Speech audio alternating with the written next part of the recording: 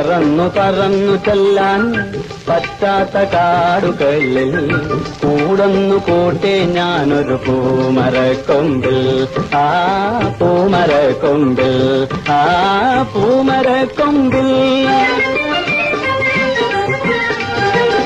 കിലുകിലുന്നനെ രാക്കിളികൾ വളകിലുക്കിയ കാലം കുനുകുനുന്നനെ കാട്ടുപൂക്കൾ തിരികൊളുത്തിയ കാലം പറന്നു പറന്നു പറന്നു ചെല്ലാൻ. അല്ല, ഇത് ആരൊക്കെയാ പിള്ളേരെ? രണ്ടുപേരും കൂടെ എങ്ങോട്ടാണാവോ യാത്ര? പരമോങ്കൾ എന്തിനാ എപ്പോഴും ബീഡി വലിക്കണം?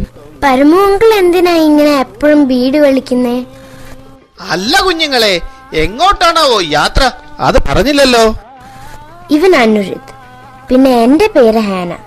ഇനിയും പരമോങ്കൾ അങ്ങനെ വിളിച്ചാ മതി.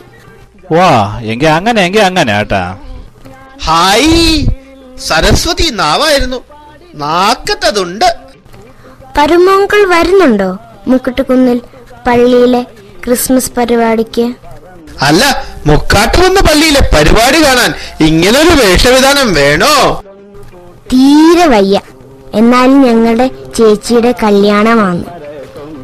എന്നാലും എന്താണാവോ ഈ കെട്ടിന് കാരണം? ഒന്നും പറയണ്ട. ഈ കാലത്ത് ആരാ പറഞ്ഞ കേക്കുന്നത്? പറഞ്ഞാൽ കേൾക്കുന്ന സ്വഭാവം നിങ്ങൾക്കാർക്കും അല്ലെങ്കിലും പണ്ടേ ഇല്ലല്ലോ. അങ്ങനെ ഒന്നും അല്ല അങ്കിൾ. ആ അഞ്ചു മനഃപൂർവ്വം തള്ളിയിട്ടതാ. ആ മനഃപൂർവ്വ ഇല്ല. അല്ല, ഇതെന്തിനു പറ്റിയെന്ന് പിള്ള പറഞ്ഞില്ലല്ലോ. ഞാൻ പറയാം പരമോങ്കൾ, ഇതിനോട് ഞാൻ പലവട്ടം പറഞ്ഞതാ സൂക്ഷിക്കണം. പക്ഷെ കേൾക്കണ്ടേ?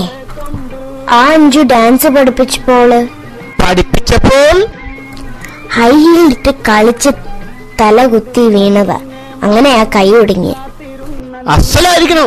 പറ്റുമെന്ന് വെച്ചാൽ അതുകൂടി അങ്ങ് ആയിക്കോട്ടെ. പക്ഷെ കേൾക്കണ്ടേ? പറഞ്ഞാൽ കേൾക്കുന്ന സ്വഭാവം നിങ്ങൾക്കാർക്കും അല്ലെങ്കിലും പണ്ടേ ഇല്ലല്ലോ. എന്തായാലും നമുക്ക് പോയി അടുത്ത പരിപാടി ഒന്ന് കണ്ടോളെ. അങ്ങനെ നടക്കുക.